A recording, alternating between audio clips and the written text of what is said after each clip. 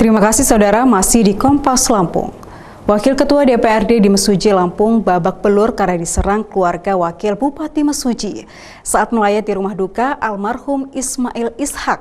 Wakil Bupati Mesuji tersebut meninggal dunia karena sakit. Diduga aksi penyerangan ini terkait surat rekomendasi bakal calon Bupati Mesuji oleh partai kepada almarhum untuk maju pada pilkada serentak.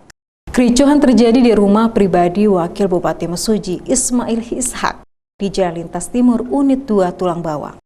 Puluhan orang keluarga Wakil Bupati Mesuji berusaha mengejar dan menyerang seorang tamu pelayat yang mengenakan kemeja safari. Orang yang diserang adalah Musoli, Wakil Ketua DPRD Mesuji. Musoli pun babak belur dianiaya keluarga Wakil Bupati Mesuji. Wakil Bupati Mesuji, Ismail Ishak, meninggal di Rumah Sakit Islam Jakarta lantaran sakit yang dideritanya.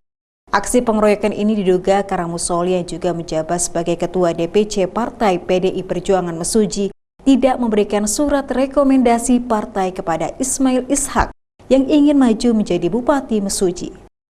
Partomi Oktora, Kompas TV, Lampung. Ratusan ribu botol jamu peningkat stamina ilegal disita petugas Balai Besar Pengawasan Obat dan Makanan Lampung. Jamu-jamu tersebut dibawa menggunakan 3 truk dari Kabupaten Pringsewu, Lampung.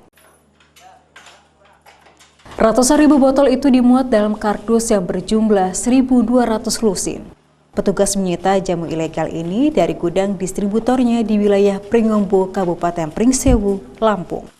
Jamu-jamu ini akan didistribusikan ke berbagai wilayah di Lampung dan Jawa menggunakan 3 truk. Petugas pun langsung membawa mobil truk berisi jamu ilegal tersebut ke kantor BPOM Lampung.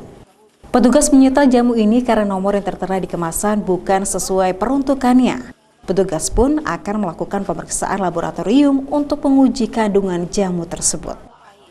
Untuk penetapan tersangka, kami akan pelajarin dulu pelanggarannya sejauh apa.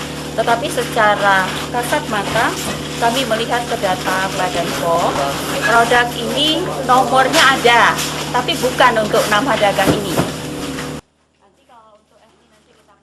Petugas pun belum menetapkan tersangka dari kasus ini. Ratusan ribu botol jamu itu kini disita di gudang BPOM Lampung guna pemeriksaan lebih lanjut.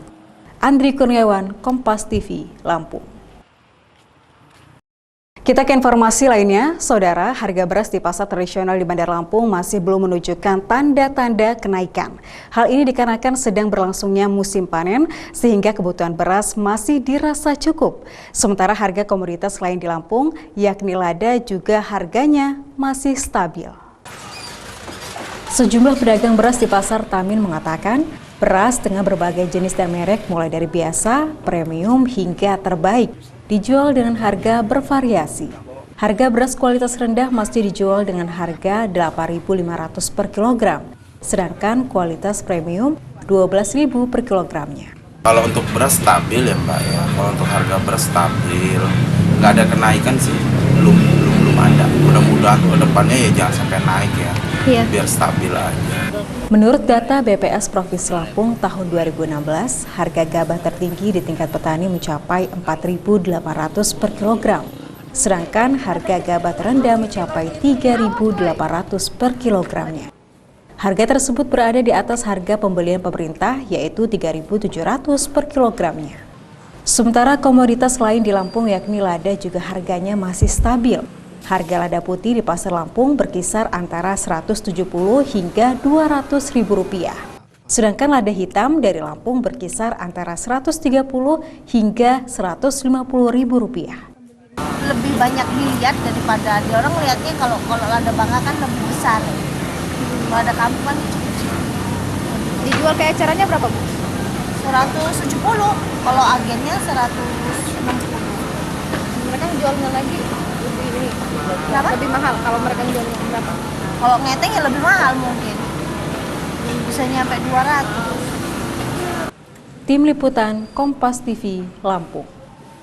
Sebelum kita menuju informasi selanjutnya, ada baiknya saudara mengetahui bagaimana harga kebutuhan pokok selama 3 hari ini. Apakah masih meningkat atau menurun?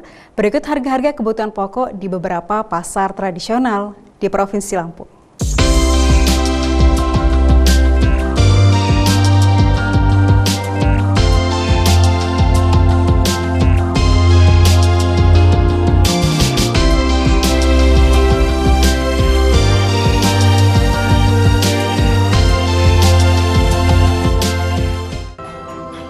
Ada usaha kreatif di Bandar Lampung yang memanfaatkan barang bekas menjadi bernilai seni tinggi.